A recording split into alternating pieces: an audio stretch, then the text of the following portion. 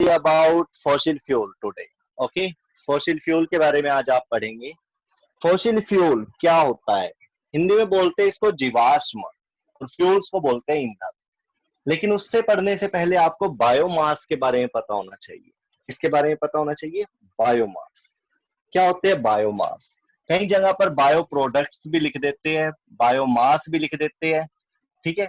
लेकिन आपको इन चीजों से मतलब तंग होने की जरूरत नहीं है। इन सब के अंदर एक वर्ड आया हुआ है, बायो। बायोमास, मास को जैसे द्रव्यमान आप फिजिक्स में भी पढ़ते हो, कोई चीज होगी ऑक्यूपाई स्पेस, ठीक है, तो एग्जिस्ट करती होगी तो मास भी होगा उसका। प्रोडक्ट में भी वही आ जाता है, कोई चीज है। बायो को लेकर बात आ जाती है। बायो क्या होती है? बायो होती है लिविंग थिंग्स। क्या चीज? Living things. और लिविंग थिंग्स से या फिर लिविंग थिंग के वेस्ट से, ठीक है, जो लिविंग थिंग का वेस्ट होता है या लिविंग थिंग खुद भी हो सकता है उसमें, अगर वो चीजें हैं, ठीक है, तो उसको बोलते हैं बायोमास या बायो प्रोडक्ट। और इन्हीं बायोमास और बायो प्रोडक्ट से जो चीज तैयार होती है, ठीक है, कैसे तैयार होती है, ठीक है, वो आपको बताया जाएगा और उसको बोलते हैं फॉसिल फ्यूल। क्या बोलते हैं? Fossil fuel. तो बायोमास और बायो प्रोडक्ट के बारे में आप समझ गए होंगे कि जो जीवित चीजें लिविंग थिंग्स होती है उनके वेस्ट से या वो खुद भी हो सकते हैं उसमें, उनसे, उनको बोलते हैं बायोमास।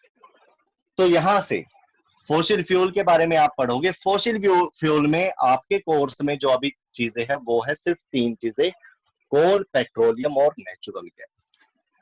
कोल, पेट्रोलियम और नेचुरल गैस। नेचुरल गैस, ये 3 चीजें आपके कोर्स में है। कैसे बनती है ये आप प्रीवियस क्लासेस में, जूनियर क्लासेस में आपने पढ़ चुके हैं कि कोल कैसे बनता है, पेट्रोलियम कैसे बनता है, नेचुरल गैस कैसे बनती है। लेकिन इसके अंदर शायद 2-3 चीजें ऐसी हो जो आपको ना पता हो, और शायद वो आज मैं आपको बता दूं, ठीक है। तो देखना, जिसे डिटेल से नहीं पढ़ रखा होगा उसके लिए काफी यूजफुल होगा ये। कोल कैसे बनता है? सबसे पहले आप टॉपिक लेंगे कोल का। कोल कैसे बनता है? कोल में क्या होता है? Dead and decay animals. Dead and decay animals. Plants भी ले सकते हो। एनिमल्स और प्लांट्स जो आप कहते हो, मैं तो कहता हूँ कि बायोमास या बायो प्रोडक्ट्स से लिखिए आप उसको, ठीक है, लिविंग थिंग्स के बेस से लिखिए, तो माइंड में आना चाहिए ना ये सारा कुछ। कोई बच्चे सिर्फ एनिमल्स और प्लांट्स को ही लेंगे और कोई ऐसी चीज होती है जो लिविंग थिंग के बेस से ही बनी हुई होती है, तो आप कहते हो एनिमल और प्लांट्स नहीं आया, तो आप उसको छोड़ के चलते हो। फिर तो बायोमास लेकर चलिए आप। Dead and DK. कोल कैसे बनता है? इसमें आप क्या करेंगे? सबसे पहले जो ये फॉरेस्ट होते हैं, हमारे जंगल होते हैं, ठीक है, ज्यादातर वहां पर देखने को मिलता है कि पहले बहुत बड़ा जंगल था, वो क्या हुआ, वहां पर एनिमल्स मरते गए या कुछ भी कह लो, किसी, वो कहते हैं ना, कोई नेचुरल डिजास्टर्स हो जाते हैं तो इकट्ठे मर जाते हैं, फिर वो पूरा पूरा जंगल जिसमें पेड़ पौधे और जो ये जानवर होते हैं ये सारे के सारे क्या होते हैं, मर जाते हैं और फिर दबते चले जाते हैं, बरीड हो जाते हैं। ये क्या हो जाते हैं? बरीड हो जाते हैं जमीन के अंदर, अर्थ के अंदर, और डीप इनटू डीप चले जाते हैं। डीप टू डीप जाते रहते हैं, नीचे से नीचे जाते रहते हैं। और क्या होता है नीचे से नीचे जाने के बाद? सेकंड थिंग, पहले वो मरे, दब गए, दबने के बाद नीचे चले गए, अर्थ के नीचे काफी नीचे चले गए। उसके बाद हाई टेम्परेचर और प्रेशर, क्या मिलता है उनको? High temperature and pressure. ये चीजें वो है जो आपको साइंटिफिकली याद रखनी है। High temperature and high pressure की वजह से वो क्या होते हैं? गलते सड़ते हैं, ठीक है। तीसरी चीज, उनका डिग्रेडेशन होता है, यानी कि डीकम्पोजिशन होता है। डीकम्पोज हो जाते हैं, डिग्रेड हो जाते हैं, ठीक है, वो भी विदाउट ऑक्सीजन। अब बात आ जाती है, विदाउट ऑक्सीजन को साइंटिफिकली बोलते हैं एनएरोबिक। एनएरोबिक रेस्पिरेशन कह सकते हो यहां पर, बायो में पढ़ा होगा आपने, एनएरोबिक रेस्पिरेशन बोलिए या फिर एनएरोबिक डीकम्पोजिशन बोलिए या फिर एनएरोबिक डिग्रेडेशन भी आप बोल सकते हो। तो कहने का मतलब क्या है, आप पूरी कहानी को समझिए कि बायोमास थे, ठीक है, एक लार्ज स्केल पर थे, वो सारे के सारे डेड और डिके मर जाते हैं और वो क्या होते हैं, यस, अर्थ के नीचे चले जाते हैं और वहां पर हाई टेम्परेचर और प्रेशर मिलता है उनको, डिकम्पोज होते हैं विद ऑक्सीजन। किसकी वजह से? बैक्टीरिया की हेल्प से। किसकी हेल्प से? बैक्टीरिया की हेल्प से।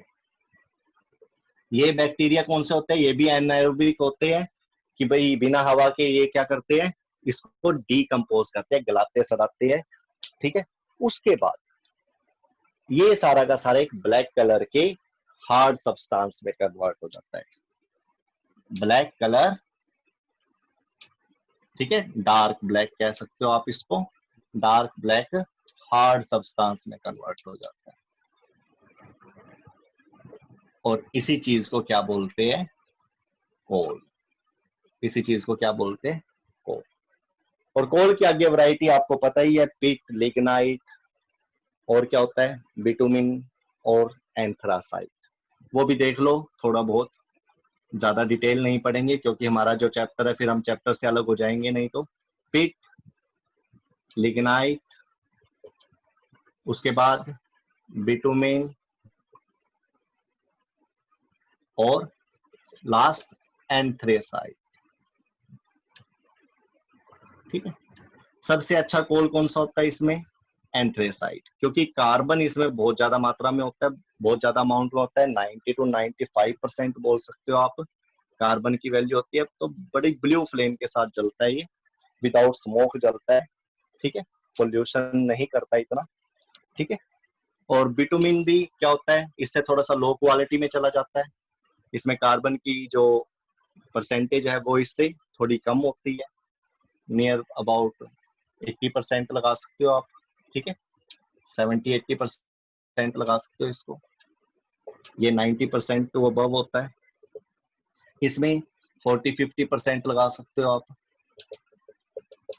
और ये लेस देन 40% लगा सकते हो, लेस देन 40%। यही रहेगी एक्चुअल, आपको ये वैल्यूज नहीं मिलेगी किसी भी बुक में या नेट पे, कहीं नहीं मिलेगी। तो कोई 30-40 बोलेगा, कोई कुछ भी बोल सकता है। तो आपने जस्ट ये देखना है कि ये अरेंजमेंट कैसे है, इंक्रीजिंग ऑर्डर में कैसे है या डिक्रीजिंग में, पता होना चाहिए। और फिर आपको अपनी कॉमन सेंस से ही आंसर देना होगा, ये डिपेंड करता है मल्टीपल चॉइसेस के ऊपर। तो कॉल के बारे में आपने पढ़ा ही, आई होप इसमें कोई दिक्कत नहीं होगी आपको। आफ्टर दैट हम पेट्रोलियम के बारे में पढ़ेंगे। किसके बारे में? पेट्रोलियम के बारे में। पेट्रोलियम में और कोल में कोई ज्यादा फर्क नहीं है, ज्यादा डिफरेंस नहीं है, थोड़ा सा डिफरेंस मिलेगा आपको, ठीक है। लेकिन आप थोड़ा सा ध्यान देना इस पे, पेट्रोलियम क्या होता है, कैसे बनता है पेट्रोलियम। सबसे पहले तो इसके अंदर काफी फ्यूल्स होते हैं जो आप फ्रैक्शनल डिस्टिलेशन से अलग करेंगे। सबसे पहले आप इसकी फॉर्मेशन पर ध्यान देंगे, कैसे। इसमें भी क्या होता है, इसमें सी, यानी कि ये पानी के अंदर बनता है। इसके अंदर आपको जो पॉइंट ध्यान रखना है वो सी का रखना है, ओशियंस का रखना है, ठीक है। क्या होता है इसके अंदर? ओशियंस के अंदर भी एनिमल्स होते हैं, एनिमल्स के वेस्ट होते हैं, ठीक है। वो भी क्या होते हैं? डेड होते हैं। और क्या होते हैं? यस, बॉटम पे चले जाते हैं सी के, ठीक है, सी के बॉटम पे चले जाते हैं। वहां पर क्या होता है? सैंड, ठीक है, जो सैंड होती है, मिट्टी होती है, सॉइल होती है, वो उसके ऊपर आती चली जाती है। किसके ऊपर? जो डेड एंड डीके एनिमल है, डेड एंड डीके एनिमल्स, और उनके वेस्ट भी कह सकते हो। तो बॉटम और सैंड, बॉटम पे चले जाते हैं, सैंड और सॉइल उसके ऊपर आते हैं। वहां पर भी क्या होता है? ब्रीड हो जाते हैं वो, कहां पर? Deep into deep, deep to deep जाते रहेंगे, नीचे से नीचे। फिर दोबारा से क्या होगा? वहां पर भी क्या मिलेगा उनको? High temperature and high pressure. एक चीज और कह सकते हो आप इसमें, जो ओशियन के बॉटम पर होता है, जो मतलब सरफेस पे होता है, उसके बॉटम पे लास्ट में, ठीक है, पानी जहां पर खत्म हो जाता है वहां पर जो मिट्टी आती है, वहां पर आप क्ले वर्ड भी लगा दीजिए। क्ले क्या करती है फिर नीचे, मतलब एक तरह से उनको दबाती चली जाती है तो ऊपर सेपरेट कर देती है उसको। High temperature and high pressure मिलने की वजह से फिर दोबारा से वही कोल की तरह यहाँ पर क्या हो जाता है, डीकम्पोजिशन होता है उसका। कई सालों के लिए होता है, मिलियंस ऑफ ईयर ही कोल था, और मिलियंस ऑफ ईयर ही ये चलता है, यही प्रोसेस, मिलियंस ऑफ ईयर, ठीक है। डीकम्पोजिशन होगा, वो भी कैसा, विदाउट एयर। विदाउट एयर, याद रखना, ये जो पॉइंट है विदाउट एयर, अगर आप हवा में जलाते हो तो CO2 गैस रिलीज होती है। देखिए ये कोई बायो प्रोडक्ट है, चलो अब आपको बढ़िया चीज बताते हैं, इसके अंदर एक बायो प्रोडक्ट है। अगर आपने इसको विदाउट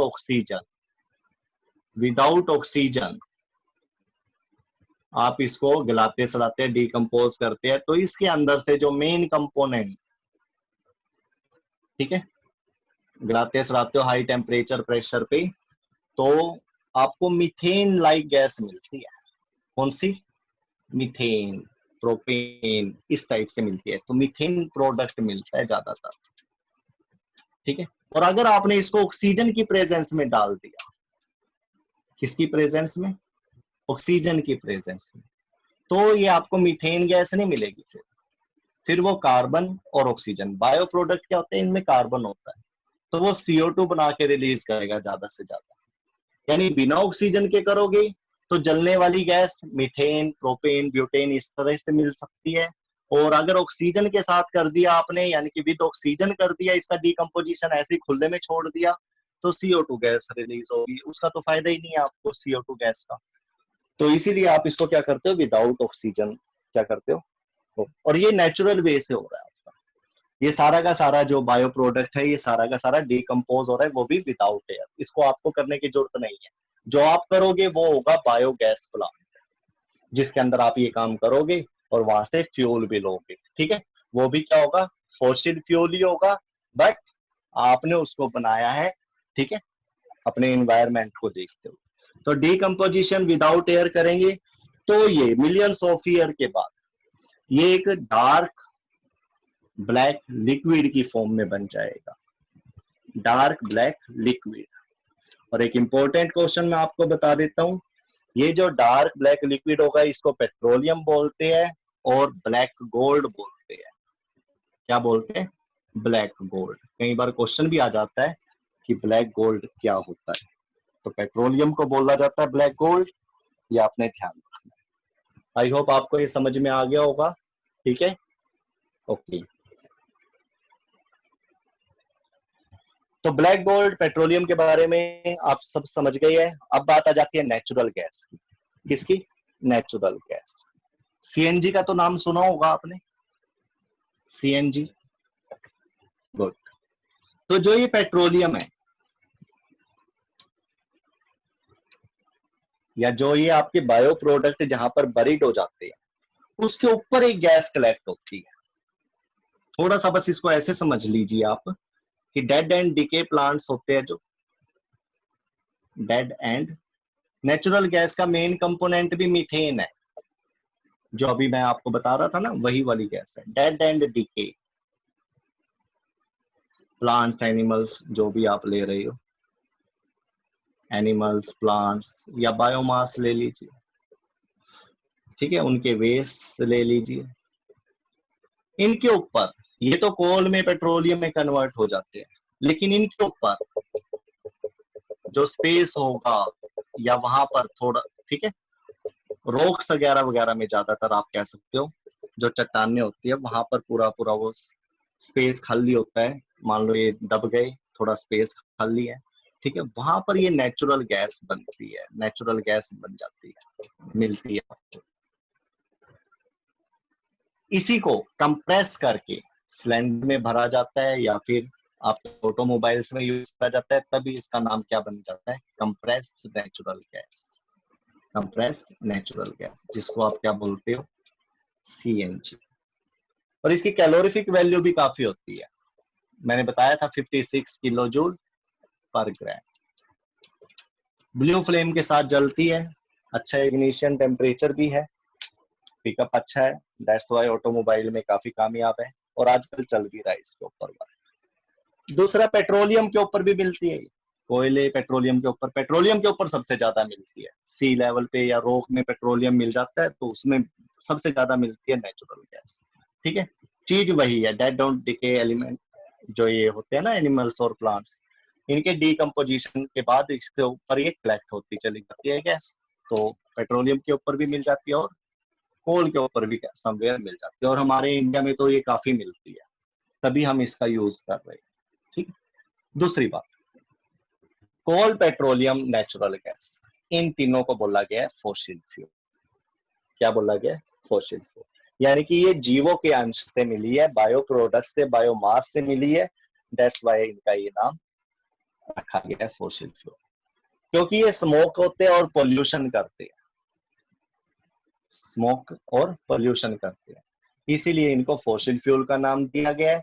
और इसका जो अल्टरनेट हम ढूंढ रहे हैं, अल्टरनेट का मतलब समझते हैं कि इससे हम डेवलप्ड और डेवलपिंग कंट्रीज में यूज कर रहे हैं डेवलप्ड होने के लिए, क्योंकि इसके भंडार काफी है हमारे देश में, चाइना में और हमारे में। तो काफी टाइम मिला हुआ था हमें कि हम इसका यूज करके अपने आप को जल्दी से डेवलप कर ले, लेकिन वो टाइम भी खत्म हो गया, आगे ग्रेस पीरियड भी मिल गए हैं, वो भी खत्म हो गए, मर्सी चांस मिल गए, वो भी खत्म हो रही है। तो धीरे धीरे हम क्या कर रहे हैं, यस, अपने अल्टरनेट ढूंढ रहे हैं सोर्स ऑफ एनर्जी के, क्योंकि काम तो नहीं रुक सकते ना।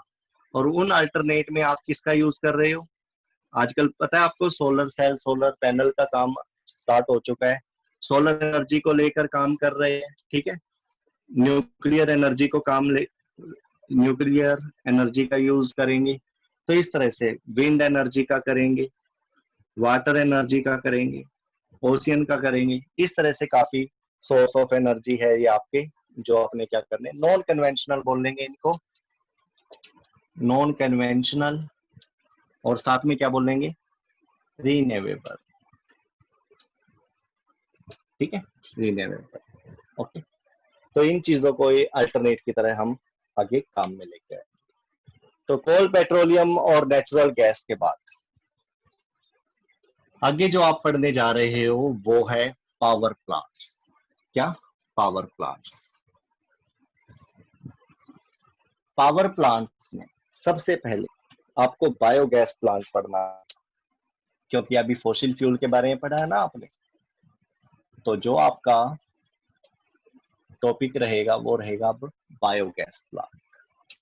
जो भी अभी तक आपने समझा है वो सारा का सारा दोबारा से इसके अंदर यूज हो जाएगा। कोल, पेट्रोलियम जैसे बना था, इसकी भी प्रोसेस सेम ही है, बट ये आप थोड़े दिनों में, थोड़े दिनों के लिए करते हो और अपने घर में कर लेते हो। क्या क्या इसके फायदे हैं और क्या क्या नुकसान हो रहे थे, उससे आपने फायदे करे, तो ये सब आपके समझ में आ जाएगा। क्या होगा इसके अंदर, इसके अंदर आपको सबसे पहले एक डाइजेस्टर बनाना है जमीन के अंदर, मतलब जमीन में 2-3 फीट गड्ढा खोदिए। ठीक है, उसके अंदर ये बनाइए, आप कंक्रीट का बनाइए। तो करते हैं स्टार्ट। सबसे पहले आपने क्या करना है, यस, इस तरह से डाइजेस्टर बनाना है। डाइजेस्टर, डाइजेस्टर का नाम क्यों दिया, क्योंकि ये डाइजेस्ट करेगा, डीकम्पोज करेगा किसको, बायो प्रोडक्ट्स को। ठीक है, उसके बाद यहां पर आप बनाइए एक डोम।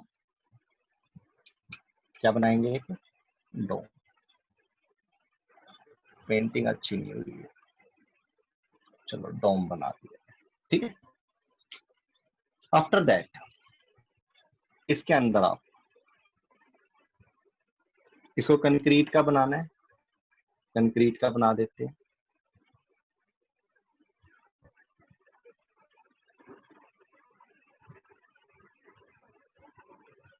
ताकि नुकसान ना हो कोई।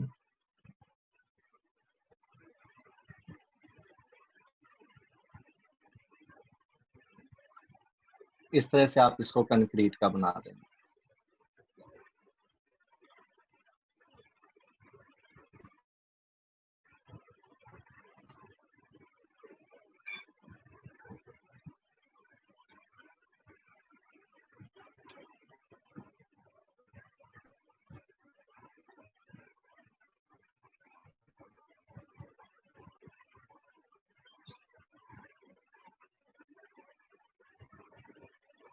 ये बनाने के बाद आपने इसके अंदर इनलेट और आउटलेट डिजाइन कर, क्या करने, इनलेट और आउटलेट डिजाइन कर। यहाँ पर एक वाल्व लगा दीजिए, यहाँ से गैस बनेगी तो बाहर निकलेगी। ठीक है, बायोगैस प्लांट बना रहे हैं तो बायो प्रोडक्ट से गैस तैयार करेंगे, गैस बनाएंगे, कैसे वो देखेंगे आप। क्या होगा इसके अंदर, यहां से पाइप बनाएंगे एक,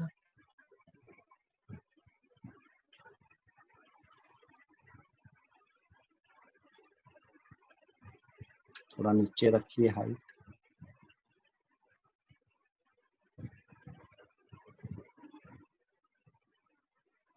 फनल टाइप बना देंगे इसको। यहाँ पर आप सलरी डाल देंगे, स्लरी। स्लरी क्या होता है, मिक्सचर ऑफ, काऊ डंग होता है ना, काऊ डंग, गोबर प्लस वाटर। और ध्यान रखना इसे पानी थोड़ा ज्यादा ही हो कम ना हो, यानी कि 50% वाटर ले लीजिए और 50% काऊ डंग, और उसको मिक्स करके फिर आपने इसके अंदर डालना है। और वो सारा का सारा क्या होगा, यस, ग्रीन कलर का होता है ना काऊ डंग, थोड़ा सा डार्क ग्रीन, वो आप डाल लेंगे यहाँ पर। और ये सारा का सारा इस डाइजेस्टर टैंक के अंदर चला जाएगा। ठीक है, इसकी हाइट आप थोड़ी ज्यादा भी दे सकते हो, मर्जी आपकी। इसके बाद यहाँ पर जो दूसरी साइड है, यहाँ पर भी आप क्या बनाएंगे, एक इसी तरह से फनल लाइक स्ट्रक्चर बना देंगे। यहाँ पर आपको मिलेगा मैन्युअर, क्या मिलेगा, मैन्युअर। इसके अंदर नाइट्रोजन, फास्फोरस, पोटाशियम की अमाउंट बहुत ज्यादा होगी आफ्टर डीकम्पोजिशन। चलो प्रोसेस को समझते हैं इसको। जो ये काऊ डंग है ये सारा का सारा वाटर के साथ मिक्स होकर आपका इस डाइजेस्टर टैंक के अंदर कलेक्ट हो चुका है। ठीक है, और ये जो ऊपर का है ये स्पेस सारा एम्प्टी रहेगा। 3-4 दिन के बाद इसके अंदर डीकम्पोजिशन होना शुरू हो जाएगा। क्या होगा, डीकम्पोजिशन। किसकी हेल्प से, बैक्टीरिया की हेल्प से, जैसे कोल पेट्रोलियम के केस में था। ठीक है, बैक्टीरिया की हेल्प से होगा वो। और उसके बाद इसके अंदर गैस फॉर्मेशन होना स्टार्ट हो जाएगी, और वो सारी की सारी इस डोम टाइप स्ट्रक्चर में जो ये एम्प्टी स्पेस है यहाँ पर कलेक्ट हो जाएगी। इसके अंदर कई गैसेज होंगी, जैसे CH4, मेन कंपोनेंट मीथेन होगा। मेन कंपोनेंट क्या होगा, मीथेन। और इसकी कैलोरीफिक वैल्यू भी आपको पता है, 55-56 किलो जूल पर ग्राम। यही वो गैस है जो जलने में हेल्पफुल होती है और कुकिंग गैस के लिए यूज होती है। CO2 गैस बनेगी इसमें, वाटर वेपर बनेंगे, हाइड्रोजन सल्फाइड बनेगा, नाइट्रोजन गैस भी बनेगी, हाइड्रोजन भी बनेगी। हाइड्रोजन भी बेटा थोड़ा सा समझिए, हाइड्रोजन गैस का 150 किलो जूल पर ग्राम होता है कैलोरीफिक वैल्यू, लेकिन वो ज्यादा अमाउंट में नहीं बनती, ज्यादा अमाउंट में यही बनती है। तो CH4 का ही खेल है ये सारा का सारा। ठीक है, तो ये गलने सड़ने के बाद 2-3 दिन के बाद इसमें गैस कलेक्ट होना शुरू हो जाती है, और यहाँ पर हमने एक पाइप लगा रखा है जिससे क्या होता है, घरों के अंदर सप्लाई कर देते हैं यहाँ से टू होम, और वो हम यूज करते रहते हैं। फिर क्या होता है, थोड़े दिनों में वो खत्म होने वाली होती है, फिर और डाल देते हैं। यहाँ से जो ये डाइजेस्टर के अंदर पहले से पड़ी हुई है जो सैलरी, वो अच्छी मैन्योर बन जाती है, जिसको आप क्या कर सकते हो, जमीन में खेतों में देकर क्या कर सकते हो, उसकी फर्टिलिटी इंक्रीज कर सकते हो। फर्टिलिटी ऑफ सॉइल को क्या कर सकते हो, fertility of soil can be increased.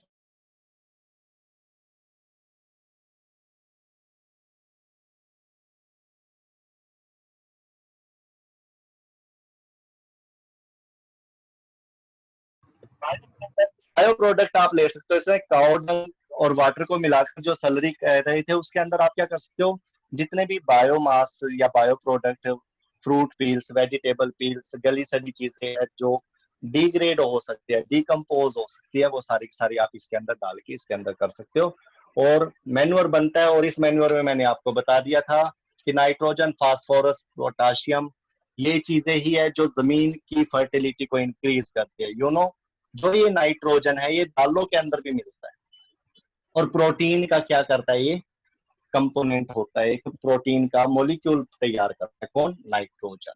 तो जो ये नाइट्रोजन है ये अगर इसके अंदर बहुत ज्यादा मात्रा में हो जाती है तो वो क्या करती है, एक तरह से जमीन के लिए प्रोटीन का काम करती है। जो ये मैन्योर बना है ये फर्टिलिटी ऑफ सॉइल को इंक्रीज करने का काम आता है due to nitrogen, phosphorus, potassium, इन तीनों के बढ़ने की वजह से। तो देखिए आपने क्या करा, बायो प्रोडक्ट जो ये काउ डंग्स वगैरह वगैरह थे, ठीक है, जो भी ये गवर्नमेंट भी काम कर रही है, अब इसके ऊपर की जितना भी गंद है, वेस्ट है, वो सारा का सारा क्या कर रही है, वो उसकी कोशिश है कि वो सारे के सारे को क्या करे, बायोगैस में कन्वर्ट करे। और इसी बायोगैस की हेल्प से क्या करा जा रहा है, इलेक्ट्रिसिटी प्रोड्यूस कर रही है। थर्मल पावर प्लांट में कैसे करेंगे वो आपको बताया जाएगा। और यहाँ से आपकी कुकिंग गैस भी मिल रही है आपको, ठीक है। और तीसरा, फर्टिलिटी ऑफ सॉइल भी इंक्रीज हो रहा है। तो कहने का मतलब है कि इतने सारे काम हो रहे हैं, इससे जिस देश से हम बीमार पड़ रहे थे, पोल्यूशन हो रहा था, देखो वैसे ही पड़ा होता था वेस्ट, तो काफी क्या होता था, यस, एनवायरमेंट के लिए बेकार होता था। तो उसी से देखो आप इलेक्ट्रिसिटी भी जनरेट कर रहे हो, कुकिंग गैस भी मिल रही है, फर्टिलिटी ऑफ सॉइल भी इंक्रीज हो रही है। और दूसरा, जो ये इलेक्ट्रिसिटी जनरेट कर रहे हैं तो